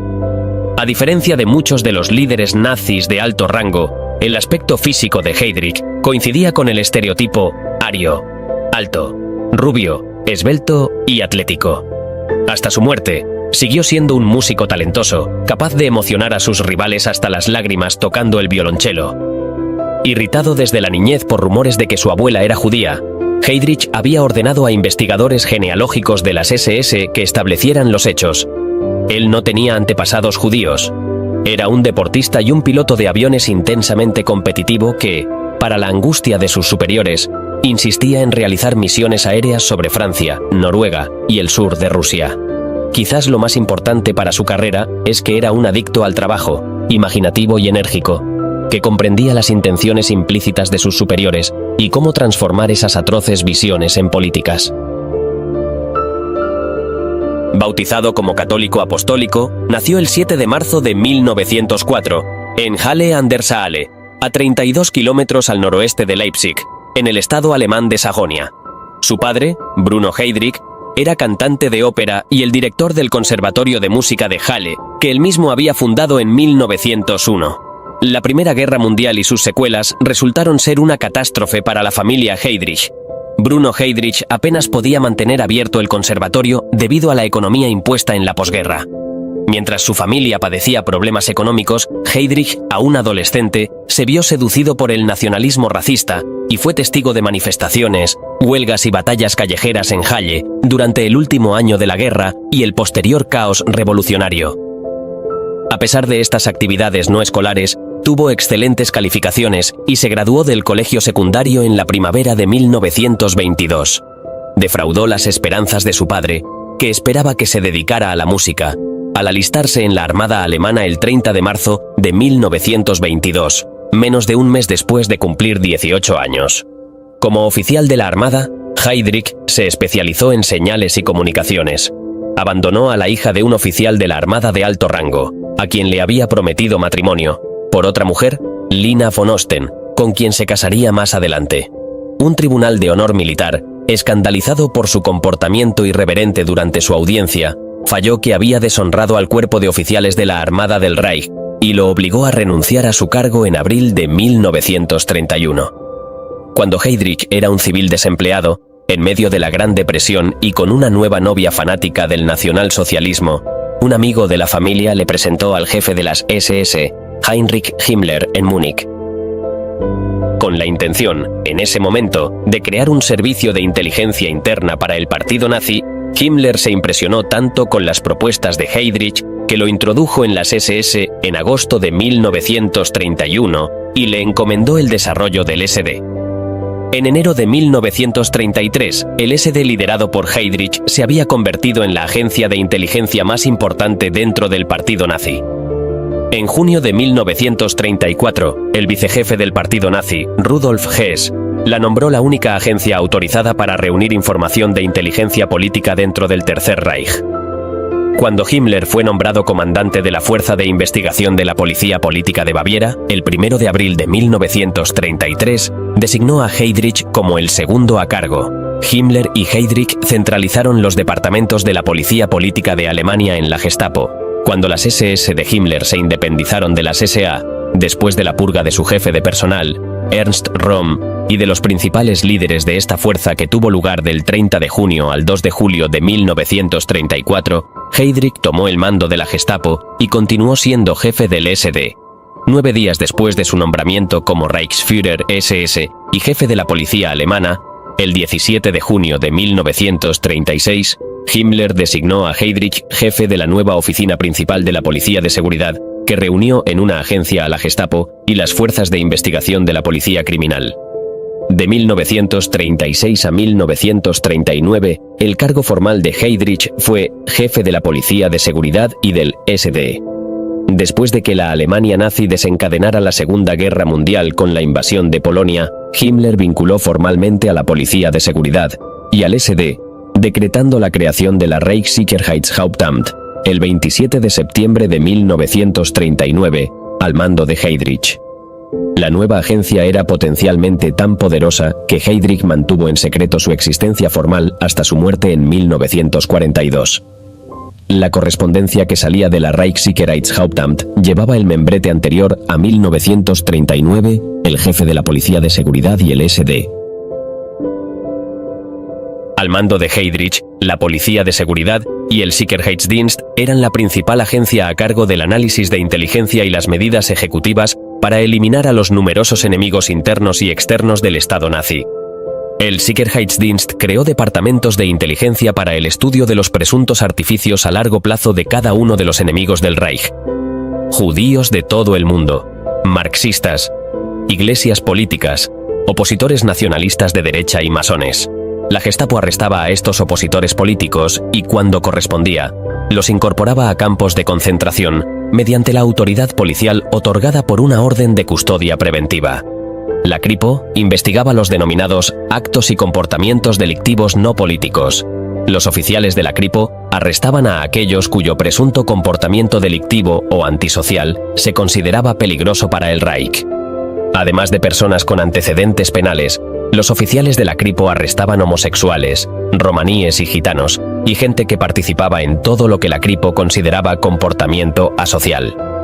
De modo similar a la orden de arresto protector, la Kripo utilizaba una orden de detención preventiva como instrumento de arresto y encarcelamiento por tiempo indefinido.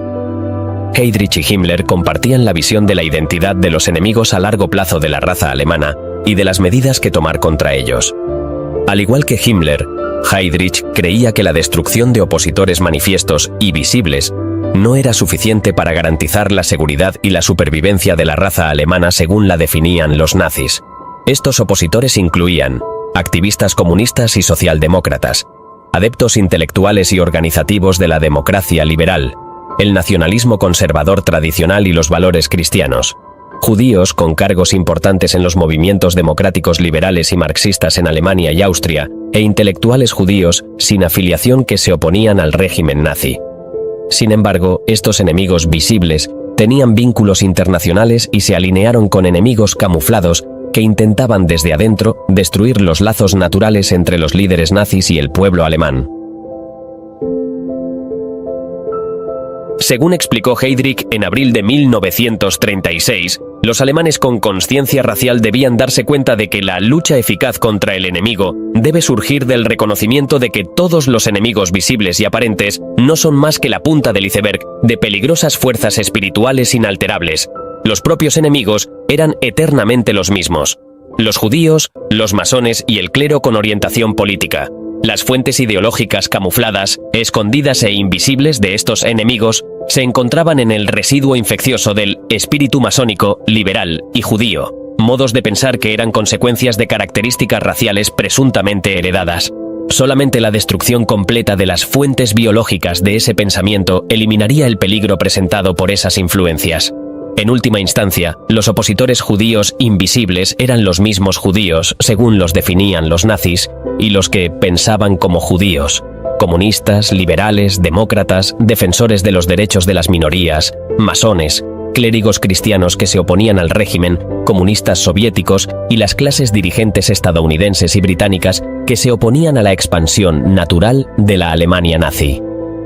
Para estar absolutamente a salvo, los nazis debían destruir a los miembros de la denominada raza judía, cuya composición genética creaba la base de ese pensamiento, y las clases dirigentes eslavas y asiáticas, cuya herencia incorporaba una inclinación a seguir a los líderes judíos. Heydrich desarrolló algunos de estos temas en sus escritos de mediados de la década de los 30 y los utilizó para apoyar a los jefes de la Policía de Seguridad y el Sicherheitsdienst en la solución del problema judío. En 1938, expertos del Sicherheitsdienst, al mando del primer teniente de las SS, Adolf Eichmann, demostraron ser líderes con imaginación en asuntos judíos al crear una estación de una sola parada en Viena para facilitar la emigración forzosa de judíos desde Austria y financiar esas operaciones con la extracción de fondos de miembros más adinerados de la comunidad. La Schutzstaffel y la policía manejaron la violencia de la Noche de Cristal, directa y exclusivamente hacia los judíos. A raíz del pogromo, implementaron la primera redada de judíos, alrededor de 30.000, simplemente porque eran judíos. La Schutzstaffel y la policía encarcelaron a las víctimas de esta primera deportación interna, con la esperanza de que una estadía en un campo de concentración aceleraría la decisión de emigrar y restaría importancia al abandono de sus bienes. Impresionado por el dinámico liderazgo de Heydrich en la competencia con funcionarios del partido nazi y el Estado alemán por encabezar la solución del problema judío, Hermann Göring, la reconocida segunda autoridad después de Hitler en este asunto, autorizó a Heydrich, el 24 de enero de 1939, a desarrollar planes para una solución del problema judío en el Reich alemán. Cuando la Alemania nazi comenzó la expansión militar, Heydrich creó los grupos de operaciones de la Policía de Seguridad y el Sicherheitsdienst. Les encomendó una gama de tareas de seguridad: la toma de edificios y documentación claves, la creación de operaciones de inteligencia y la identificación y la eliminación de opositores reales y aparentes al régimen alemán. Los destacamentos de operaciones fueron en primer lugar a Austria después del Anschluss, en marzo de 1938, y a los Sudetes, después de su anexión a principios de octubre de ese año. Consiguieron documentación e información de inteligencia e identificaron y arrestaron enemigos. Cuando Alemania invadió Polonia en 1939, 6 Einsatzgruppen se trasladaron a ese país detrás de las primeras líneas de tropas y fusilaron o identificaron personas que consideraban peligrosas, entre las que estaban miles de miembros de la élite nacionalista y cultural polaca. También coordinaron la concentración de las comunidades judías de Polonia en grandes ciudades para su futura eliminación. Con la invasión de la Unión Soviética el 22 de junio de 1941, la Alemania nazi se embarcó en una guerra contra su archienemigo en Europa, el comunismo soviético. Heydrich creía que los judíos soviéticos formaban la base biológica del Estado soviético. Por lo tanto, dio órdenes explícitas de que los 4 Einsatzgruppen de la Policía de Seguridad y el SD que siguieron al ejército alemán dentro de la URSS aniquilaran físicamente a los judíos que ocupaban cargos en el Partido Comunista Soviético y el Estado soviético. En la práctica, y quizás en virtud de un acuerdo verbal previo a la invasión, los Einsatzgruppen aniquilaron a la mayoría de los judíos con edad de portar armas desde los primeros días de la invasión. A comienzos de agosto, después de identificar a los judíos y concentrarlos en guetos o centros de detención, el personal de los Einsatzgruppen coordinó fuerzas mayores de las SS y la policía en operaciones de eliminación de comunidades judías enteras en la Unión Soviética. El 31 de julio de 1941, Göring autorizó a Heydrich a coordinar los recursos del Reich para una solución total del problema judío en el área de influencia alemana en Europa. Con este fin, Heydrich debía entregar un borrador con las medidas propuestas para implementar la deseada solución final del problema judío. En los 6 meses siguientes, mientras la Policía de Seguridad Regional y los comandantes del Sicherheitsdienst coordinaban la aniquilación de los judíos soviéticos, los primeros trenes, llenos de judíos alemanes, austríacos y checos, se trasladaban hacia el este, rumbo a centros de exterminio en el denominado Comisariato del Reich para el Ostland. Oficiales de la Policía de Seguridad y el Sicherheitsdienst del Departamento 4 de la Reichssicherheitshauptamt organizaron las redadas dentro de Alemania con las agencias de policía locales y el transporte en tren con el Ministerio de Transporte del Reich y los ferrocarriles del Estado alemán. La Policía de Seguridad Regional y los comandantes del Sicherheitsdienst en el Comisariato del Reich para el Ostland dirigieron las operaciones para fusilarlos después de que llegaran. El 20 de enero de 1942, Heydrich invitó a funcionarios de alto rango de diversos ministerios del Reich a una conferencia en una casa en Wannsee, en el límite sudoeste de Berlín. En esta conferencia de Wannsee, presentó planes, autorizados por el propio Hitler, para coordinar una solución final del problema judío en toda Europa. Informó a los participantes que Hitler había autorizado la aniquilación física de los judíos europeos y había designado a las SS, específicamente la RSSA al mando de Heydrich, para que coordinaran la política de la solución final. Les inculcó la necesidad de la participación activa de sus agencias para garantizar el éxito final de la operación. Aun cuando planeaba los elementos de lo que sería el aspecto exterminador del Holocausto, Heydrich buscaba otras áreas en las que asegurar el predominio de las SS en la Alemania nazi. Tanto Himmler como Heydrich aspiraban a demostrar que las SS podían administrar territorios dentro del Reich y fuera de él con más eficacia que los burócratas civiles o los oficiales militares, a quienes esperaban suplantar con la élite de las SS después de la victoria alemana. Después de que la invasión de la Unión Soviética incitara a un movimiento de resistencia comunista antes inactivo en Bohemia y Moravia a realizar actos de sabotaje, Hitler despidió al protector del Reich Konstantin von Neurath y designó a Heydrich como protector del Reich en funciones en septiembre de 1941. En primer lugar, Heydrich ordenó una estrecha ola de terror dirigida a líderes de la oposición reales y supuestos en el territorio checo. En octubre y noviembre de 1941, tribunales especiales del protectorado condenaron a la pena de muerte a 342 personas y entregaron a la Gestapo a otras 1.289. En noviembre, Heydrich también creó el campo gueto de Theresienstadt. Bajo su mando, 14.000 judíos alemanes y austríacos y más de 20.000 judíos checos fueron deportados de Theresienstadt al gueto de Lodz, al gobierno general y al comisariato del Reich para el Ostland.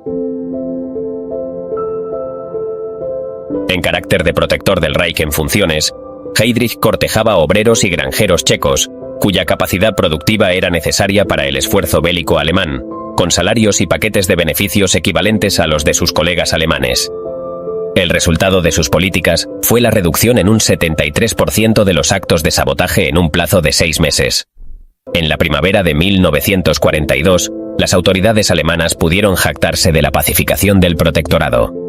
Algunos han especulado que Heydrich quería posteriormente asumir un cargo civil de alto rango recién creado en el norte de Francia y Bélgica bajo ocupación. Heydrich estaba tan seguro de que su plan de pacificación había tenido éxito que ignoraba descaradamente medidas para su propia seguridad y viajaba por Praga en un vehículo abierto. El 27 de mayo de 1942, mientras Heydrich viajaba por una ruta conocida rumbo al aeropuerto para volar al cuartel general de Hitler, 2 agentes checos en paracaídas lograron lanzar una granada de mano bajo su vehículo. Si bien el propio estallido no logró herirlo de muerte, las astillas de la granada en su pierna y la parte inferior de su espalda causaron una infección que le provocó la muerte el 4 de junio de 1942. Tanto Hitler como Himmler lloraron la muerte de este despiadado ejecutor de la solución final. Hitler describió a Heydrich como uno de los mejores nacionalsocialistas, uno de los más acérrimos defensores del concepto del Reich alemán y uno de los mayores adversarios de todos los enemigos de este Reich. Más adelante, Himmler elogiaría la lealtad de Heydrich ante la élite de las SS unificadas. Con toda la ambición que invirtió en su policía de seguridad y su oficina principal de seguridad del Reich, él veía todo, antes que nada, desde el punto de vista de todas las SS. La Reichssicherheitshauptamt que Heydrich creó y la política de la solución final que inició serían terriblemente efectivas después de su muerte. Los alemanes y sus aliados del Eje exterminaron a alrededor de 6 millones de judíos entre 1942 y 1945. Los jefes de las SS y la policía en la Polonia bajo ocupación nombrarían una operación de exterminio de 1.700.000 de judíos, Operación Reinhardt, en honor al más despiadado profesional del asesinato en masa. Hasta aquí el video de hoy. Recuerda suscribirte y dejar tu like para que sigamos trayendo contenido para todos ustedes. Hasta la próxima. Reinhard Heydrich, el hombre del corazón de hierro.